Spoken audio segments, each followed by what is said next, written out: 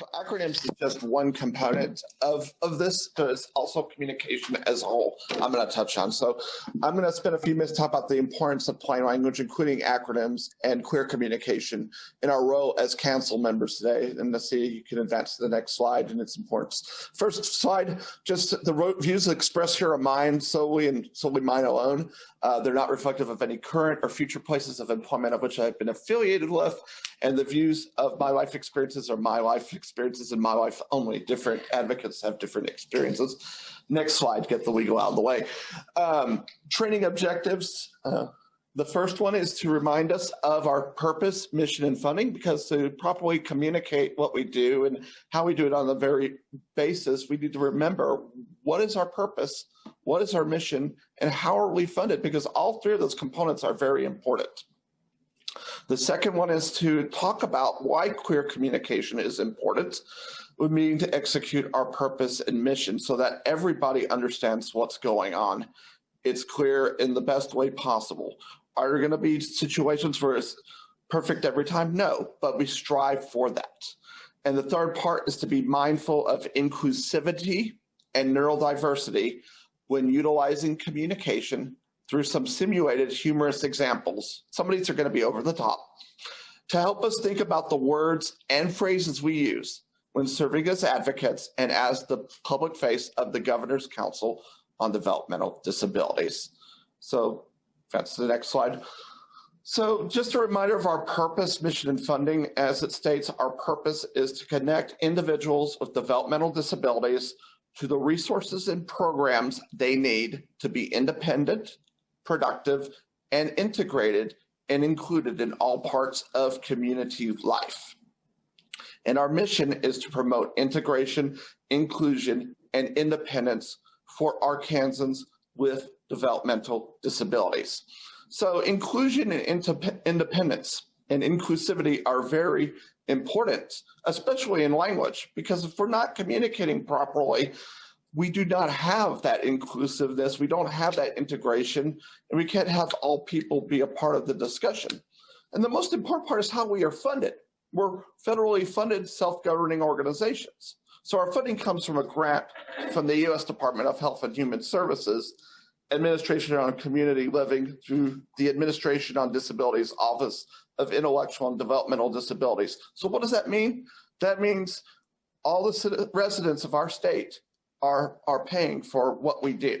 So it is very important that we are accountable for that and that we communicate what we do and show them the work that we do, that everybody understands it. So this is why communication matters. As I mentioned, funding comes from all taxpayers in Arkansas. It also will mitigate the confusion and result in cohesiveness to achieve that purpose and mission of integration, inclusion, independence. And of course, our meetings and meeting records are public and subject to freedom of information requests. That's very critical.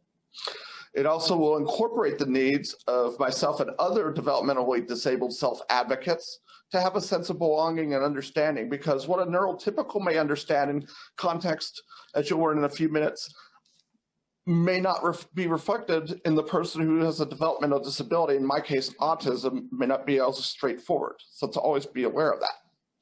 And it makes board activities transparent and accountable to the residents of the state and the nation.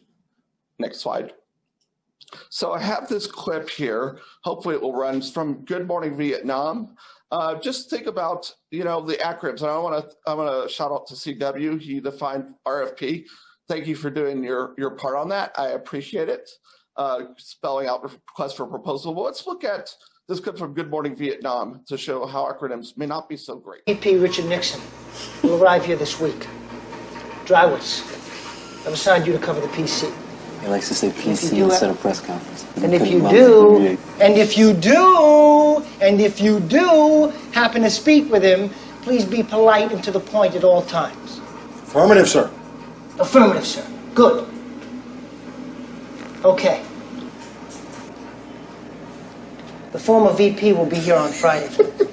I expect every minute of the VP's PC to be taped and broadcast within 12 hours of his arrival. Something funny, Garlic, but perhaps you'd like to share it with the rest of us. No, sir. The former vice president is a delight, sir. Excuse me, sir. Seeing as how the VP is such a VIP, shouldn't we keep the PC on the QT? Because if it leaks to the VC, you can end up an MIA, and then we'd all be put on KP.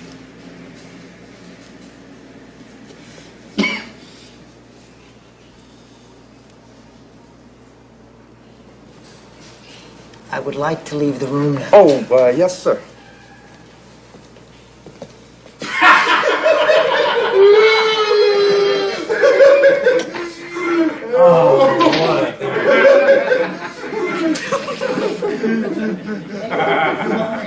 And if you do, and if you do. An example I put together. So I'm just going to talk to John here. If we go to the next slide and go ahead and advance it one more. So I just will read this. So this is one I came up with. John, have we had any updates since Mark's PPOQM last Thursday regarding if there has been any movement on the CR that the HOR and the Senate took up as it relates to DD funding and BBB, especially as it relates to SMW, so that the DD population can get an LW? What? My response is I'm just going to nod. All right, say, okay. Translation. John, have we had any updates since Mark's public policy and outreach quarterly meeting last Thursday regarding if there has been any movement on a continuing resolution that the House of Representatives and the Senate took up as it relates to developmentally disabled funding and Build Back Better, especially as it relates to sub-minimum wage, so that the developmentally disabled population can get a living wage. Go ahead and advance. So that when I had this discussion with John, I thought he was grasping. He saw smiles, and I'm going, he seems to grasp what I'm saying. And John's like, huh? Okay, so that's the importance of being queer and understanding and defining things, because we have a lot of people who want to know what we're doing. We need to be clear in making sure in our documentations that we make things as clear as we possibly can. Are we going to be perfect every time? No.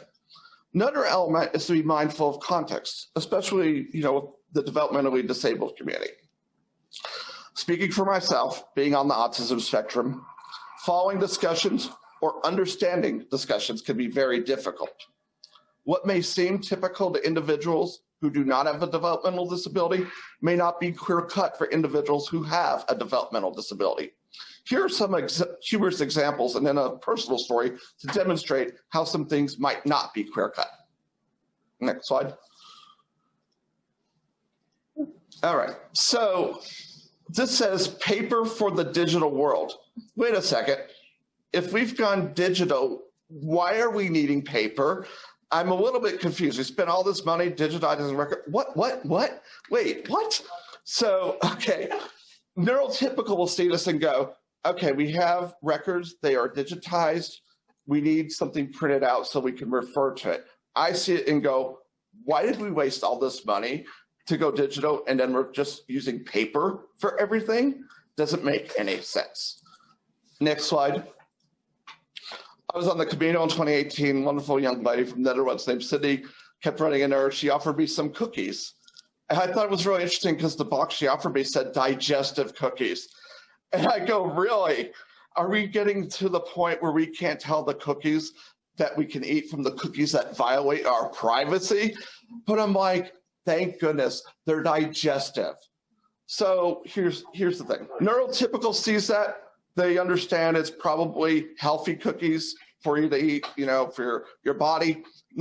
I see it and I'm like, wow, I'm just glad I'm not eating something that's indigestive and I don't have to worry about tossing my cookies. Unbelievable. Next slide. Organic diets. I was on board. I was all about going organic. And then I saw this sign at Silver City, walking taco. I'm like, are you serious? If my food's walking, I don't want any part of that organism or biological mentality. I don't want any part of that mutation. Neurotypical sees this and goes, oh, I can go to the park and eat something and it will stay neat and walk around safely. I see it and go, keep that away from me. I don't want food that's moving in front of me. No sirree. Next one. So my nieces work at Holiday World and parks have opened up since COVID-19. It's been very difficult. And the 4th of July section of the park is now smoke-free. No fireworks, no 4th of July. How? Why? Doesn't make any sense. Well, neurotypical sees this and goes, oh no, I have to go outside to smoke now? I see it and go, why did I spend $50 finding out that the 4th of July is not going to have any fireworks? Oh, disappointed. Next slide. So this sign was in Maine at a rest area. No bare feet smoking or refreshments permitted in building. Yeah, that'd be a good idea. But if your bare feet are smoking, call 911 immediately. Let me just say this. Holiday World has a 4th of July zone that's smoke-free. Maybe take the bare feet there. They could use the entertainment. I see this and I go, yeah, maybe you should go to the hospital. Neurotypical sees this and goes, oh my goodness, they need to put a comma in there. Either way, I think we can agree that we probably don't want bare feet smoking. Next slide. So personal story, also in interactions with authorities or police, this could also be a very difficult thing. One time I was working late at the Pine Bluff Arsenal when I was an instructor at a previous job, and I left late at night after 9 p.m. And there were 3 deer crossing the road. 2 baby deer crossed the road, an adult deer came after them. The adult deer hit the passenger side door of my car, and it fell to the ground laying there. I kept driving. The security on the way out saw my car door smashed in and asked what happened. So they go, well, yeah, we have to go back and file a report. Go next slide. Next thing, we're back at the scene. The deer was no longer present. We go out. He's getting information about the time. And then he goes, were there any other witnesses? And I looked at the guard and went, yes, there were 2 other deer and they ran into the woods. The guard laughed and said, excuse me, come again. And I looked at him and I went, there were 2 other deer and they ran into the woods. And he looked at me with a look on his face. He shook his head, go ahead and move it, and laughed and just stared at me. And he finally just kept doing the report. Everything was fine, but I was going, why is he laughing at me? And what is so funny? I was so overwhelmed by what happened. The next morning I woke up and when my mind calmed down, I realized what I said. And I was like, did I literally say that? Oh my. So, next slide. So, training recap, we have to be mindful of communication, be all-encompassing of the different ways we process things. It allows the public to follow meetings and records and documents with clarity and understanding. Plain language results in inclusivity for the entire community and allows all to understand our mission and purpose. And when communicating, involves self-advocates to make sure the context is being understood. Doing so will result in a winning situation for all involved. Finally, I just want to ask if you have any feedback, please let John know. I would love to hear it. It helps me become a better trainer and a better advocate. So email him your thoughts. I would love to hear them, and I hope you would send them over to me. And my favorite statement in advocacy, that's why I'm asking right now, if you don't ask, the answer is always no. Empower yourself. Don't be afraid to ask for what you need, because if you don't ask, if you stay silent, your answer is always going to be no. So thank you for your time. Hope that was helpful. Thank you, Lud. Yep. Thank you, Lud. Yep. I appreciate that very much. Anyone have any questions for Lud? I agree with Lud. The amount of acronyms is dizzying. Well, and there's a new commercial, I don't even know what they're advertising, but it's talking about all the acronyms for your text messaging, and the whole commercial's talking, and I was just spinning yesterday trying to even I was like, I don't even know what all that is. In the very end, she finally spelled it out. It was too long, so I didn't read it. Okay. Yeah. I think we all feel like that these days, but between the federal and state acronyms, it's just, and then we are required to have training at each one of our meetings as part of our requirements for compliance with our federal rules. So thank you very much, Lud. That was fantastic. Thank you, Lud. I know we put a lot of work into that. All right.